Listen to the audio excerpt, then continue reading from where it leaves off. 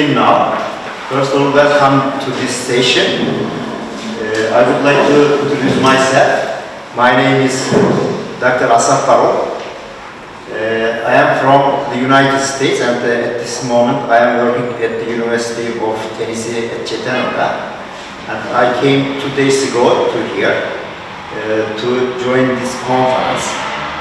In this session, we have totally 4 presentations, but I think one of them is absent. Berna Balci is not here.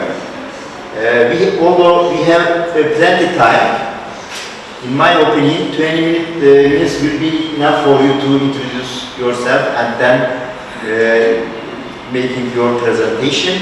And maybe we can get the questions from the audience. The first presenter is Lina Melandro Suarez and Edmilson Veloso da Silva. Sorry about the pronunciation. I think this is from Portugal. No, Budapest, Hungary. And this presentation will be done as a video presentation. And now your turn, please. Turn on presentation and. Hello everyone, good afternoon. My name is Edmilson Veloso da Silva. I'm a lecturer in communication and media at the Corvinus University of Budapest. And today I'm going to be presenting with my colleague Lina Melandro Suarez. And actually the presentation is a result of Lina's master's thesis in the communication and media department about how our data apps changing gender roles in the contemporary society. The presentation today will start with this brief introduction, then we're going to have a literature review, we're going to present the methodology, data analysis and results, limitations and conclusions, and the references. We apologize for not being able to attend the conference face-to-face. Unfortunately, due to work and academic agenda, we couldn't conciliate everything. But to facilitate the discussion at the end of the presentation, we provide further details on how you can interact with us, send us your questions, comments, and suggestions. Moving on, with a quick background on the topic. So dating apps, they are impacting how people communicate, how they form relationships, and also how courtship happens in the 21st century. In the same context, Bumble was created as an app that wants to change gender roles and how courtship happens. And a key characteristic in the app is that it is allowing only women to start conversations with men. And once a match happens, the other person has 24 hours to respond to that conversation, otherwise it just expires. And the app ranks as the second in popularity globally, just behind Tinder. However, most of the research about dating apps focus is still on Tinder. So there is a gap about Bumble and more specifically about its relationship to gender roles. Taking that context, we question in this research how do gender roles regarding women and heterosexual relationships change in the context of Bumble. And to talk a little bit more about the methodology, the theoretical background, and also present the results, I will give the floor now to Lina. Thank you, Milton. So to provide a comprehensive analysis, we include literature from both conservative and progressive perspectives. For example, from a conservative side, theories develop the idea that love and attachment are fundamental parts of human personalities, but not all men. The first chapter of our theoretical background is gender roles. We explore the history of gender roles and how they affect women in relationships. Then we will move on to new media studies, where we see how the media portray women and gender roles, and finally we connect these with dating apps, discussing their definition and how they relate to gender roles, focusing on Bumble and its creation of this unique brand. The methodology using this research was a multi-modal perspective which combined an overview, content analysis, and semi-structured interviews. For ethnography, we conducted a pilot study where 10 profiles of women were analyzed. Then the content analysis where we analyzed 170 combo profiles of women.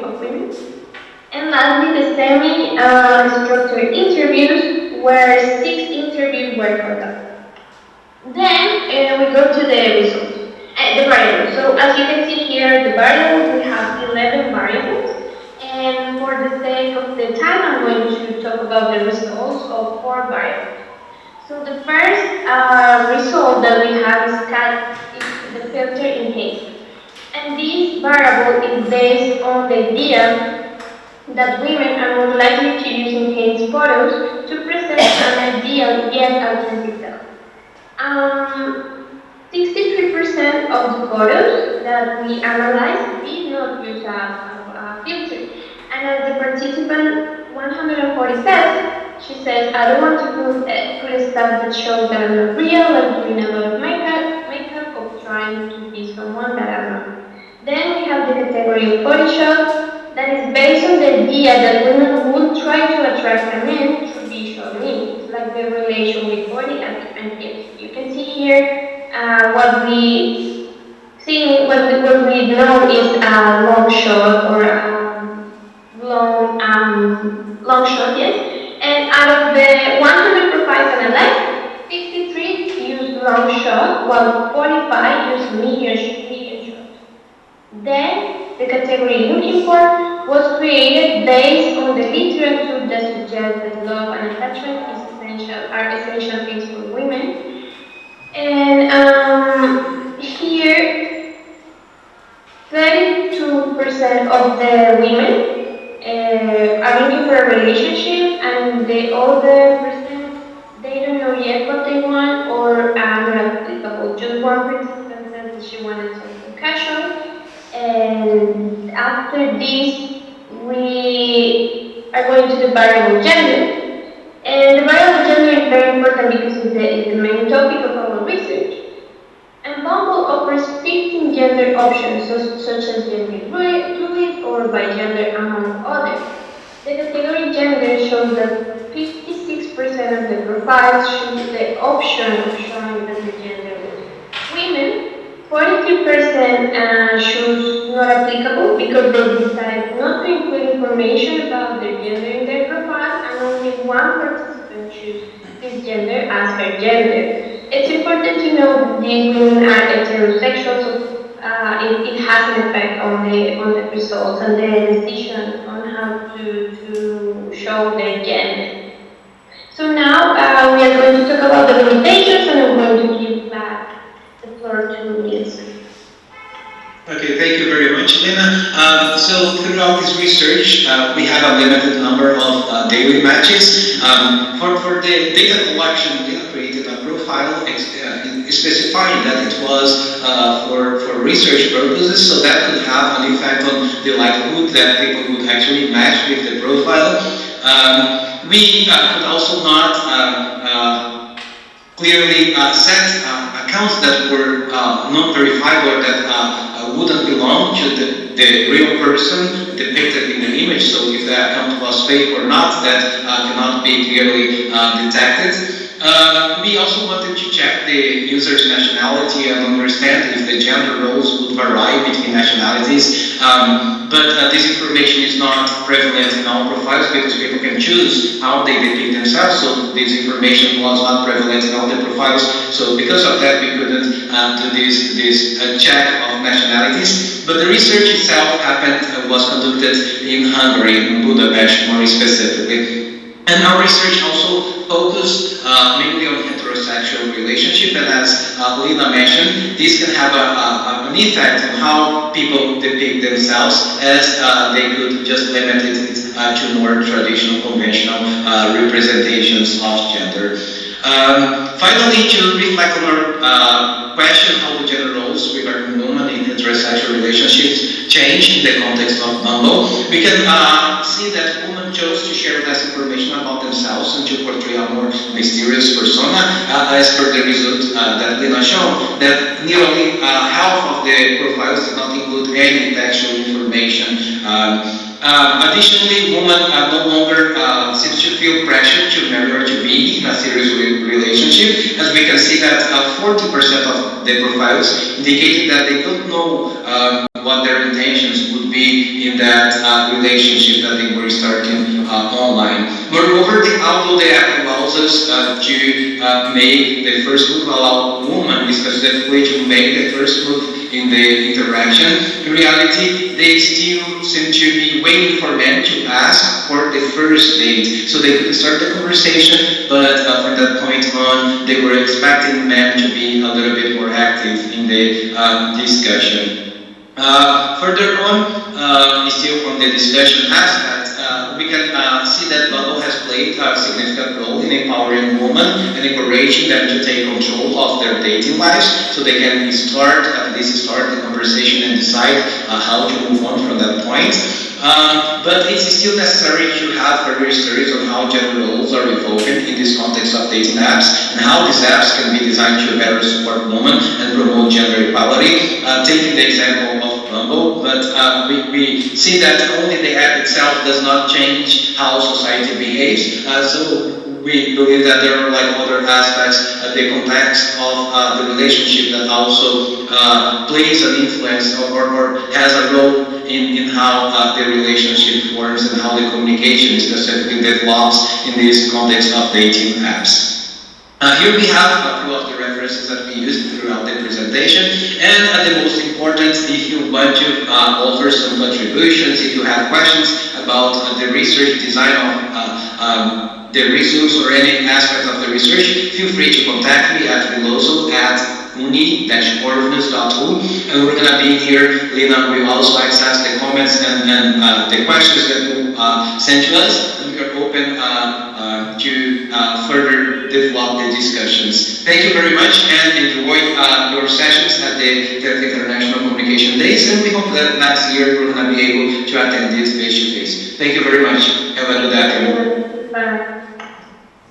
So, they are not here, therefore we don't need to applaud them. But congratulations. I forgot to introduce my co-chair. She is Dr. Ceren Sara. From Üsküdar University. Okay, you can say something if you want. Thank you for coming. I'm in new media and communication department. Yes, I just finished my PhD thesis last semester. Congratulations. Thank you so much, and I'm happy to be here to be co-host with you. Thank you very much. So the next speaker is Ege Simge Demirel. She is from Yeditepe University, and she will discuss about artificial intelligence in the field of communication. Research on artificial intelligence studies in communication faculties. It would be better if you introduce yourself first, then you can go there and present your presentation. Okay, thank you very much. Maybe I can go here, introduce myself here. Hello, I'm Ege Simge Demirel. I am a research assistant at Yeditepe University. I have graduated as an industrial engineer from University, and now I'm doing my PhD on public relations and publicity in Marmara University. And today I'm going to go in details about the topic of the artificial intelligence in the field of communication, a research on artificial intelligence studies in communication faculties in Turkey.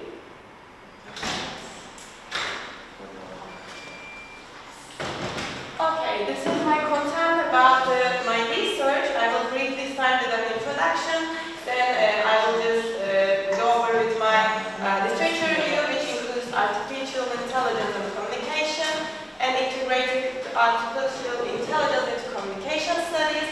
Then I will continue with my research purpose and importance of the research, my universal samples, methods, research questions, my limitations of the research, and my analysis of data, and I will finish with my conclusions and future studies that can be done in this topic. As all of us know, artificial intelligence, from now on, I will refer it as an AI. AI is a very important and very new subject of area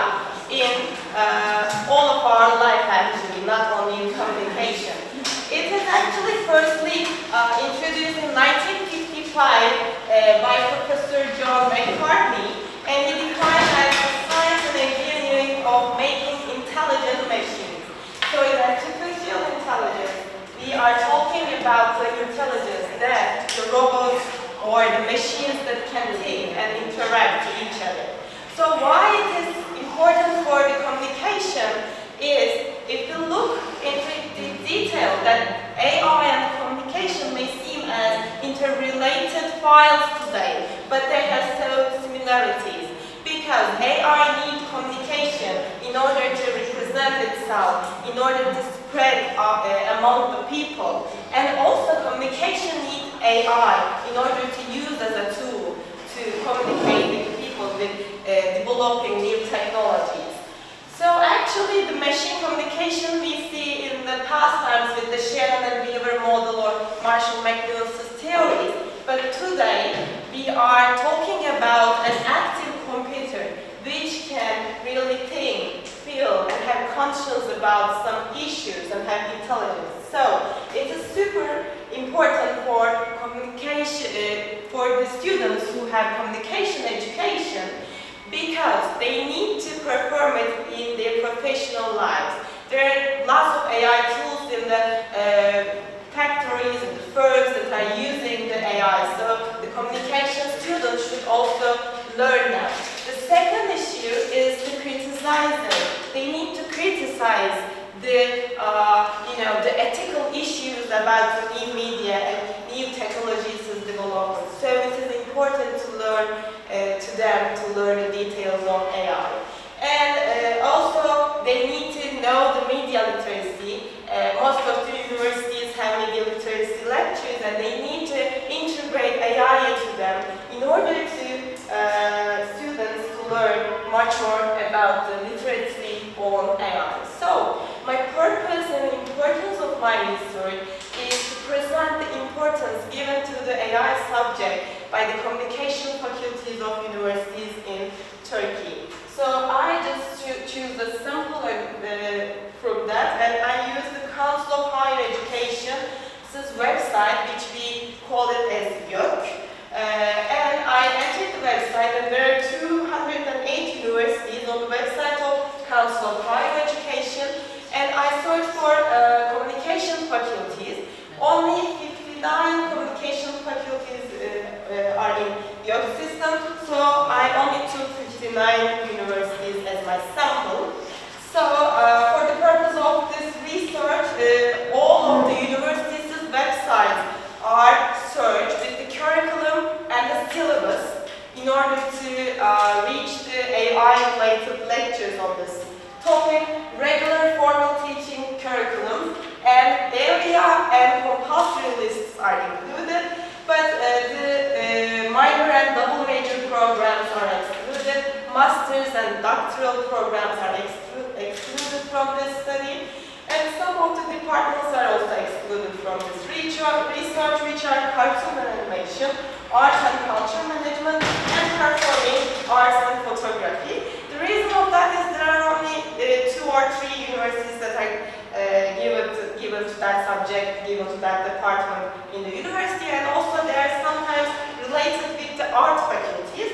So my main aim is to reach the communication faculties' importance here, so that's why I excluded from the research. And plus, I also searched the social media accounts of that university's communication faculties. I will choose a Twitter account because Twitter is mostly used for giving news, like if university is doing a seminar or doing any podcast and any event actually, they inform it from their social media account. So that's why I also choose the social media account as a Twitter. And in the syllabus, curriculum, and the Twitter, I search the artificial intelligence words and that are related to that word, which are artificial intelligence, virtual reality, metaverse, augmented intelligence, and data science. All these keywords are searched from the syllabus, curriculum, and also the Twitter accounts of the universities. For the keyword data science, there are some courses that are related to the research, which is like SPSS information, and they are also called as data science, so I excluded them from the study because study's aim is to find something about AI related. And then from the, the Twitter account of the communication faculties are searched from 2021 to 2023 of April. My main research question of this research is how is the subject of artificial intelligence handled in communication faculties in Turkey? In order to find it, I just prepared some sub-questions, and the sub-questions are related to the departments. So I searched department by department, like journalism, public relations, advertising, media and cinema, new media, communication. So from now on, I will just give the result department by department. And my other sub-question is, okay, I searched the syllabuses and the curriculum, but what did communication faculties do as an extra circular activities in their universities? So, yes, the limitation of my research is I only got the communication faculties. In some universities, like public relations or advertising departments, are under the Faculty of Economics and Administrative Sciences or Faculty of Business Administration.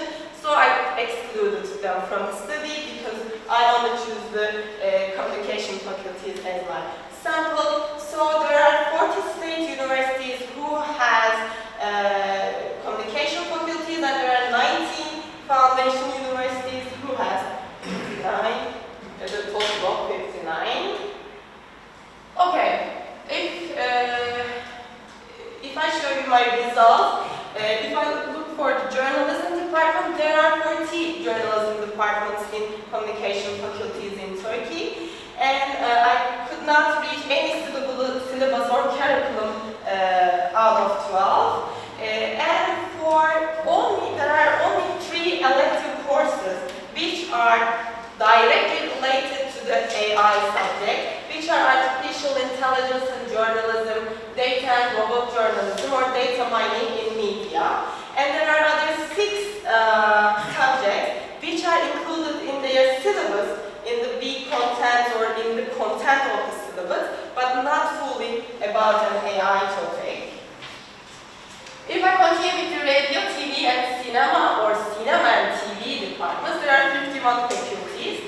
Actually, there are only 3 lecture on AI-related subjects, which is virtual reality technologies, virtual filmmaking, advanced extended reality projects.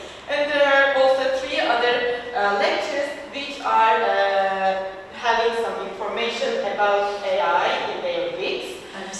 And if I continue with the visual communication design, or visual communication departments, there are only 22 departments in communication faculties. There are only 2 elective courses that are directly related to the AI, which is virtual reality applications and artificial intelligence, art and design, and 7 other lectures that have content on AI-related subjects. If you look through the public relations and publicity departments, there are 35 public relations and publicity departments in communication faculties, but only 1 AI-related subject, which is the brand communication in metaverse. Actually, it's the first and only metaverse lecture as well. And there are 9 different lectures which has a content on AI-related subjects. If you look through the advertising, communication, or public relations and advertising departments, the results are the same. There is only 1 AI-related subject and 2 lecture content on AI-related subjects. If we go through the media and communication or media departments, there are 21 media communication and new media departments in communication faculties. As we expect, there are 3 lectures on AI-related subjects, which are virtual filmmaking, big data, and advanced extended reality project, and 16 other courses that have AI-related subjects in their syllabus information. There are only 4 universities which have digital game design program, and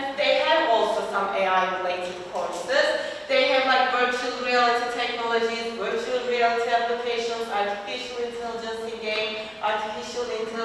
game design courses, and they have some information about AI in their weekly schedules as well. There are only 4 universities with having television journalism and programming program. In only one of these universities, one course's content is AI related, so it's not so important for this study.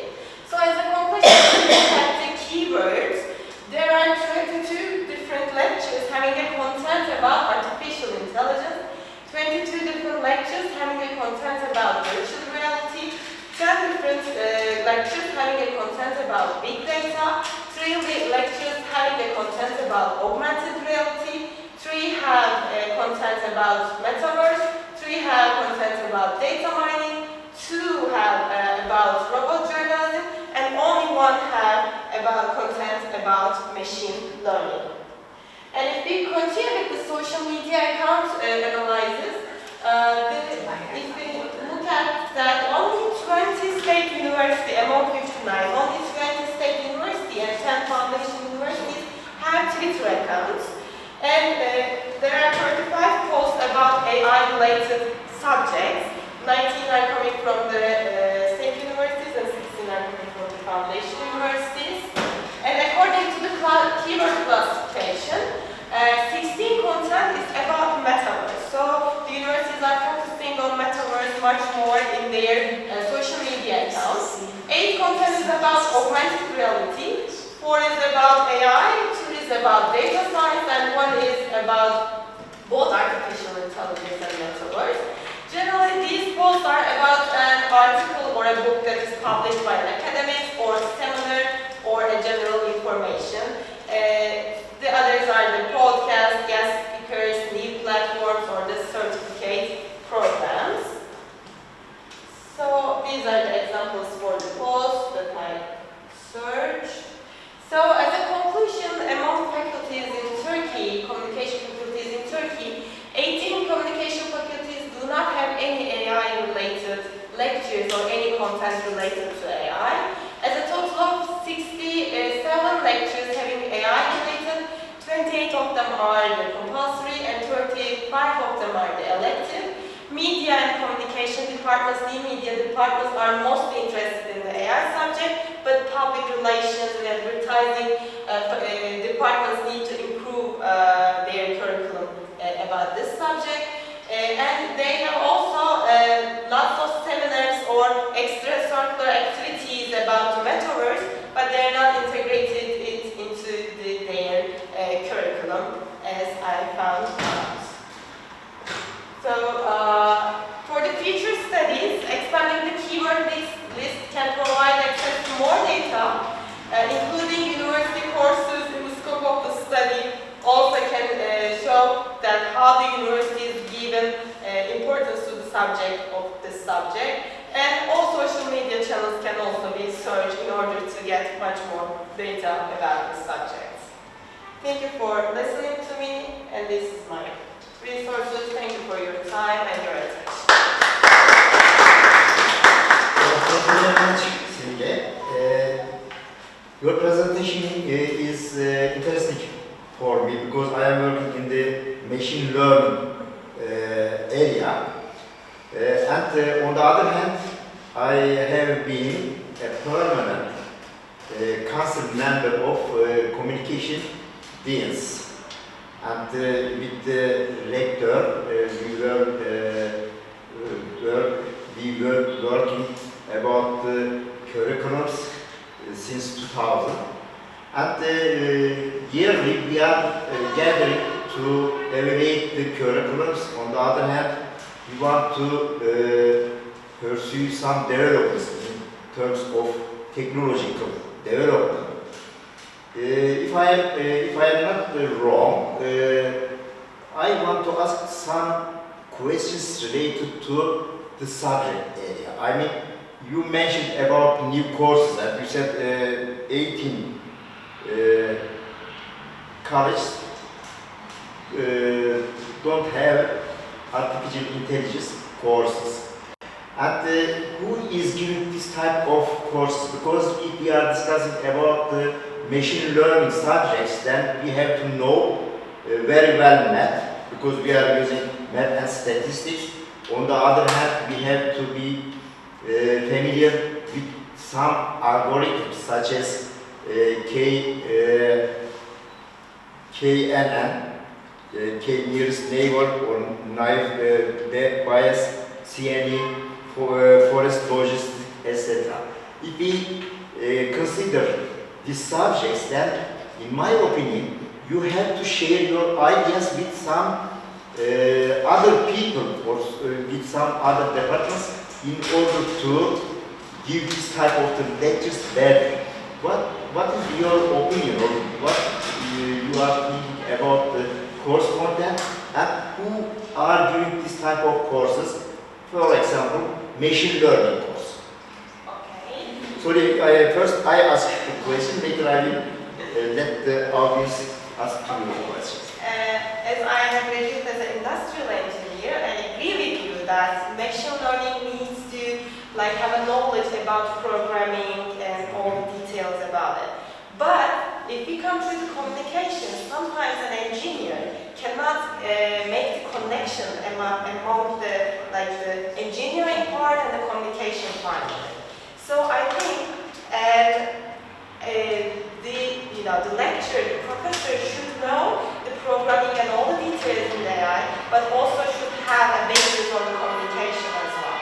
So I think that they should be given by the professors from the communication faculties. If they don't give them, it can be a university course. Some of the universities have AI courses in their university course and make it compulsory for all of the faculties. But I think for the communication part, it should be given by a professor from the communication background, and also who has a knowledge on the data science and programming as well. But the background is communication, you said that? Yes. Or engineering? No, the communication. But who has a knowledge of engineering as well? The problem of our country, we don't know to collaborate and to work together. Mostly, this is general point of view. I think you can share chapters. Yeah. For example, some chapters can be held by the instructors whose background is from engineering, and the rest of them can be taught by communication. Okay, it was my question. Thank you. Now we are waiting your question. Please, your turn. So my name is Sinan Baybay from Bahçeşehir University. Thank you very much for this great web to us, actually, to let us know that what we are doing in our teaching positions. I just noted down one of the questions while you are just explaining the results, actually. Did you scrape Twitter data by using any tool, or just, searched the keywords on Twitter search results and got the results according to No, that? actually I wrote a code for it. Okay. Just then I got the script, and I thought. So you scraped the data? Yes. So just one more question, because I did not hear. Maybe it will be just available in the full paper, but when you just scrape the data and when you look at the tweets actually shared by the universities to just promote their content, or to just, let the other people know what they are doing in their own studies, what did you see actually? The extracurricular or in-curricular studies they are just doing is really applicable in the communication field, as you mentioned and as you intend to see, or not? Because I think their representation of themselves on social media could be more important than their curriculum representations. Because as you may also guess that the curriculum does not really just, are not actually updated all the time every year on the websites. So that's why I was just wondering whether you have seen any differences or similarities between the social media posts of the universities and the curriculum slides that you have checked. Yes, you're super right. The curriculums may be all dated. Uh-huh. But the social media, for the social media accounts, for example, the metaverse is a very popular subject, today. So if I search through the 2021 and 2023, I just got lots of data on the metaverses. But I'm not sure that metaverse needed to be included in the curriculum, or it's just a popular term that is going to pass away. So the seminars, the book chapters, information that are coming from social media accounts are mostly the popular, subjects. But the others are the, the lectures. So do you mean that the universities are using the popular parts to represent themselves on social media platforms, but they do not consist of the real topics in their curriculums? No, actually. Because I search university, that I don't, search it in detail, but when I look at their social media accounts and curriculum, like if a university is interested in the AR subject, it's used in both their curriculum and also in their social media accounts. Yeah. If it is not interested in, then I could not find any data in their social media accounts, even in their curriculum as well. Because in your results we could not see any Yeah. overlapping parts with each maybe, research as well. maybe I can edit and If you just do it in your full paper, it would be really appreciated. Yeah, thank you very much. Are there other questions from you? No more questions? Congratulations. So, next presentation will be done by Dr. Cristina Santos and Dr. Marta Lopez from Portugal. I will be next week in Porto. Yes, you Yes, will? Okay. Institute of Cavedo and Eve. I will teach some courses. In? Institute of Cavedo and Eve. IPCA. Polytechnic.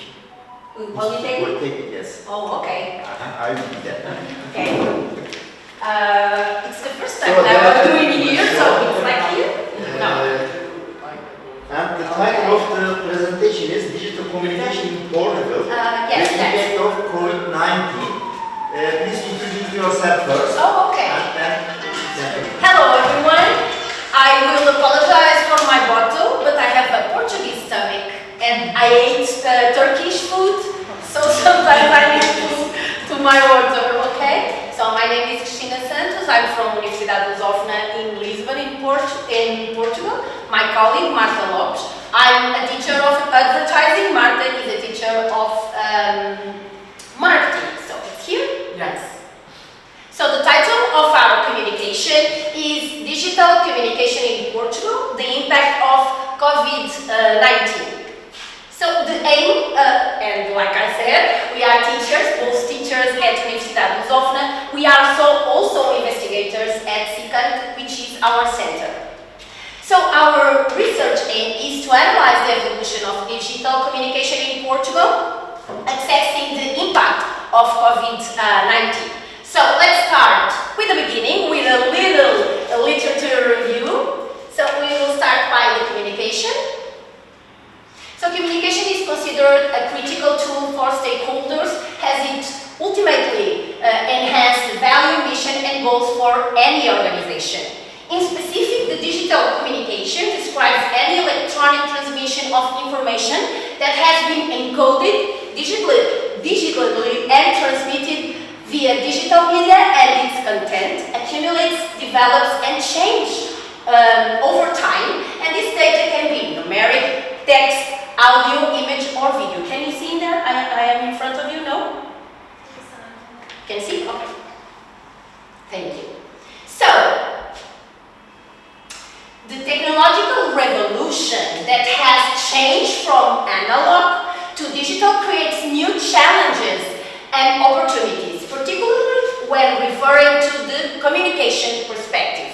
That's why we see digitalization has been identified as one of the biggest trends changing society. And finally, it is undeniable that the study of communication in times of COVID-19 falls within this approach, and that its rapid expansion presented an unprecedented challenge in healthcare communication. Our methodology. So, we use several national databases and business studies to develop our research. And our main findings, we have two areas. Let's start by the digital communication in Portugal.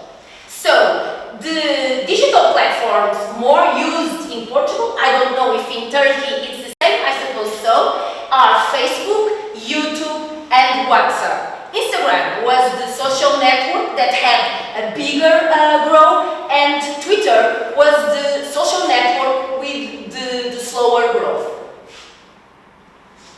Portuguese access the internet in average 10 times a day and mainly through our smartphones.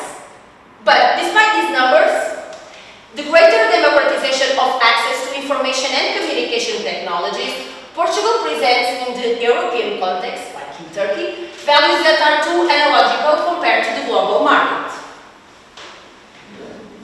Specifically, the Portuguese context shows constant weakness in the face of the informational development of most European countries, with traditionally low rates of access and use of the internet in households. Why? It's a good question. Let's see. Because Portugal has less socio-economic and cultural resources compared to the European average. It denotes the existence of a digital difference, taking into account the traditional indicators of inequality and social exclusion. We detect main explanatory variables of the mentioned national gap. We detected 5. So the asymmetries are, the first ones are school, language and age, but we also detected territorial and labor. So, the Portuguese population with a greater digital access and usage are the ones with more academic qualification, greater knowledge of English, who are younger, who live in urban areas and who are employed. And the population with less digital access and use are the ones with less academic qualifications, less knowledge of English, older, who lives in rural areas, because in Portugal we all have cities, but also a large part of our country are rural and unemployed. So, these are disparities that distinguish the included from the digital excluded population, Portuguese population.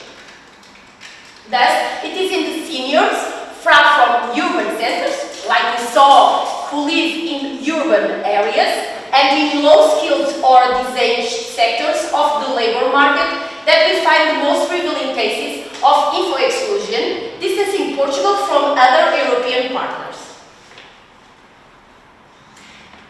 Like I said, we had 2 main findings. The first one, the digital communication in Portugal. Now we will see the effect of the pandemic on digital communication in Portugal.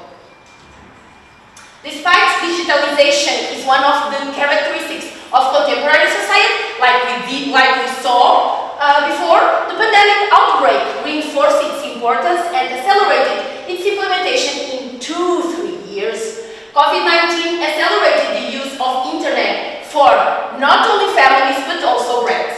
Thank you, PowerPoint. So we can see that till 2018 till 2021 we had a growth of average of 7%. Thus between 2020 and 21, not now, to accelerate the overall pandemic effect was more 33% in fixed data traffic, more 23% in fixed voice traffic, and 11% in mobile voice traffic. Also, e-commerce suffered the biggest increase in the last decade, reaching 52% in 2021. So the results show that during the pandemic, media consumption was more pronounced, with positive emphasis on the use of video conferencing services, video streaming, online press, free online videos, and traditional television. And by the contrary, traditional radio and printed newspaper suffered a decrease of media consumption. However, it was possible to identify differences according to generation typologies. Let's see which one. So, Generation Z, till 16 to 23 years old, like we, yes Marta, we belong to this generation. The Portuguese in this age group are the ones who most change their media. their media consumption predominantly video and online streaming. The next generation, millennials, from 24 to 37 years old, is a generation that most intensified the consumption of digital news content, tending to have a greater variation of typologies like online video, online streaming, and offline television. The next generation, Generation X, from 38 to 56 years old now, yes, most of these Portuguese people recorded more modest increase in media consumption than their counterparts from the two previous generations, with emphasis on offline television but also online and streaming. And finally, baby boomers from 57 years old is a generation that least increases its media consumption compared to the rest, valuing offline television in particular. So, as a conclusion, with the pandemic, internet access, online shopping, and virtual business presence increased, that is, it accelerated pandemic, COVID-19, accelerated the digital transformation in Portugal, which is no surprising. Why? Because the predominance of digital platforms, namely during confinement, would be expected, since information and communication technologies emerge as an alternative to economic crisis scenarios like we all faced with COVID-19. Thank you all. Obrigada. Thank you. Well, thank you very much, Christina. I have a special question to you about the pandemic. You know, in Turkey, in March 2020, after the pandemic, the universities had to jump into the online teaching. And some instructors understood online teaching wrongly. I mean, if they uploaded PowerPoint slides or Word documents, they thought they are doing the best. And the Higher Education Council of Turkey released some regulations about the teaching style and etc. And I wonder how was in your country, because after pandemic, the universities jumped immediately, or you gave some break for teaching? Immediately. Immediately. We also, can you remember, Marta, 1 week, 2 weeks? We have some holidays, and the informatic department of the university prepare all the teachers online with some knowledge tools, everything at the same time. Very fast. And we have holidays during 2 weeks, and then we start the classes at the first day. It was very quickly in our university. I don't know if it was because it's private and non-governmental. I think it would help because it has not so many procedures, so we are more autonomous in the procedure, but it was very fast. We had almost 2 months from classes with Zoom. It was an experience because we all had our kids at home, and it was not easy being a mom and a teacher. I had classes from 6 hours, and it was very difficult to conciliate all our papers together, but the students also had their parents, their brothers in home. It was very quickly to Zoom. Now we almost don't have classes by Zoom, and it's our politics to not have online classes. And did you use only Zoom for teaching? Only Zoom. Only Zoom. Only Zoom, yes. But it is a governmental platforms available for all the universities in Portugal. For example, my son, who has 9 years, they use Teams. But in university we all use Zoom because the ministry uses Zoom for all universities. There are many platforms that can be used for online teaching, and in 1999 the Higher Education Council of Turkey established a special council for distance learning, and I was a member of this group. Therefore, some universities, foundation or state universities, were ready to teach immediately as a distance, but some of them, unfortunately, could not adapt, could not be adapted. Yes, because we had to learn that, and like we saw, we in Portugal don't have a lot of technological skills. Now we see our students with more skills, but not all the teachers. We had to have the skills. And it's difficult. Sometimes it's difficult in the classes, interpersonal classes, to catch the students. It's not easy because they have a lot of stimulus of their smartphones and televisions, YouTube and everywhere. From online classes, it was a bigger challenge. It was very difficult. Well, I remember sometimes I did a question and nobody answered.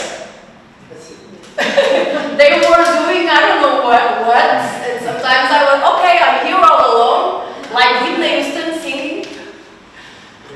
But it's an experience, not to repeat, but it's an experience. It was very interesting, experience. Are there questions from audience? If there's not, I can have Maybe, one question for you. Okay. Sorry about that. I know My coach here. Okay, thank you so much. How was the trends for news consumption in your country? About use of digital platforms? I know your fields of expertise is not journalism, I know, but I'm just wondering about the news consumption and news reading trends in your country. Yes, mainly streaming. So streaming, like we talked about, not only students need it for classes, but also to talk to each other. Because during the confinement, nobody could like you. Like all the world, we couldn't get out. So we saw that media consumption was also offline television. The only offline and traditional media who had a growth was television, because newspapers and radio only decreased their media consumption. So the only media who had a growth during confinement and all the period of COVID-19, the pandemic, was television, offline television, and all the online platforms like online videos, online televisions, or online radios, and newspapers, traditional newspapers and radio, because they are traditional, not online, they decreased. So all the media online, like it's normal, had a growth from all generations. Maybe with the more also traditional generation, which is baby boomers, they only had a growth on offline television. All the other generations had a media consumption superior online media consumption. I don't know if I answered your question. Yes? Okay. Other questions? Okay, thank you very much. Thank you. So, we finished our session because, you know, the first presentation was done as video releasing, and the fourth presenter is not here. And thank you very much for coming to this session. And I hope you enjoyed being in Turkey, and you will explain to your friends how Turkey is beautiful and the people are very friendly. But the food is not very good for our stomach. It is very heavy. Yeah? Yes, it's very heavy. Well, thank you. I like it, but my stomach doesn't. I see. So thank you very much. Thank you. Thank you. So, okay, if you want, you can join the other class because this session is over. But we have time until 6:30. Maybe it will be interesting presentation in neighbor room.